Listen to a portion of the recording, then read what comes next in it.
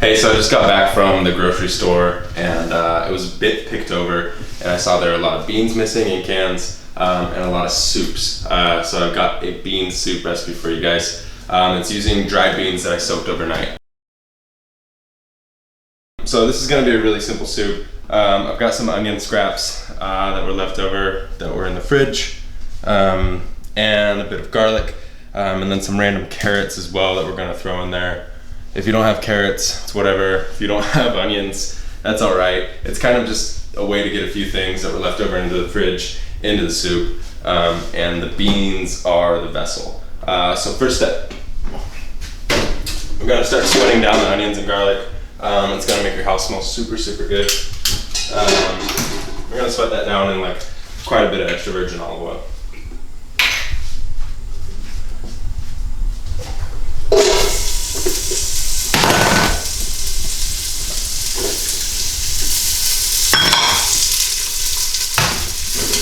So kick this down to a relatively low heat because the onions and the garlic will they'll burn really easily. They'll get kind of bitter and gross.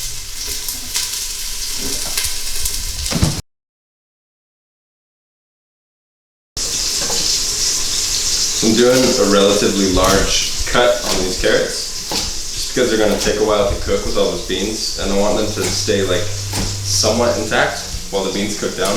Beans are going to get really soft, and you still want to have some sort of like texture of carrot within that bean stew, I guess.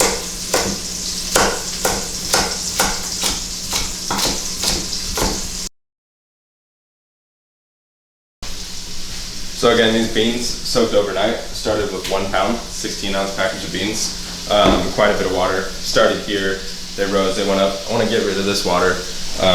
Don't necessarily need to give them a rinse. Some people say cook them in the water. Some people say get rid of the water. I like to get rid of the water. It doesn't really matter though.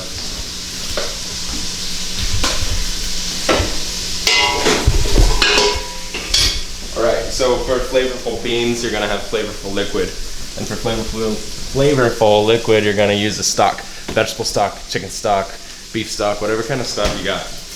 If you don't have a stock, that's alright. I'll just add like a little extra onion, maybe even some miso. Water will do the trick.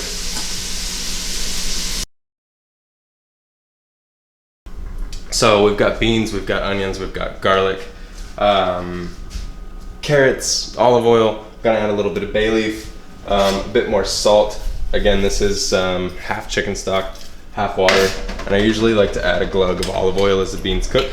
Again, the more flavorful the liquid is, the better the beans will be. So the beans are gonna taste like what the liquid tastes like. It's not like pasta.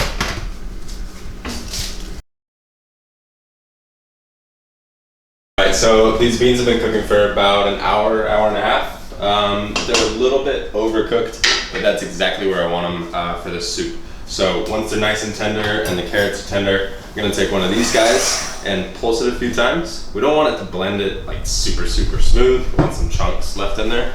So I'm just gonna pulse it a few times. If you have one of these, awesome. If not, you can use a potato masher, you can use a big spoon, you can leave it as is. Do your thing.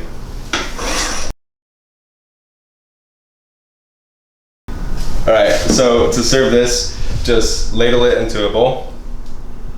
A little bit more than that. Make sure you taste this before you start serving it too. You want to check that it has enough salt and everything in it and that it tastes good. I'm going to hit it with a drizzle of olive oil to finish. Some chopped rosemary. If you don't have rosemary, you can use thyme, you could use oregano, you could use dried oregano. I think fresh herbs are always a bit better, but use what you have. And then just a little bit of shaved parmesan. And that's it.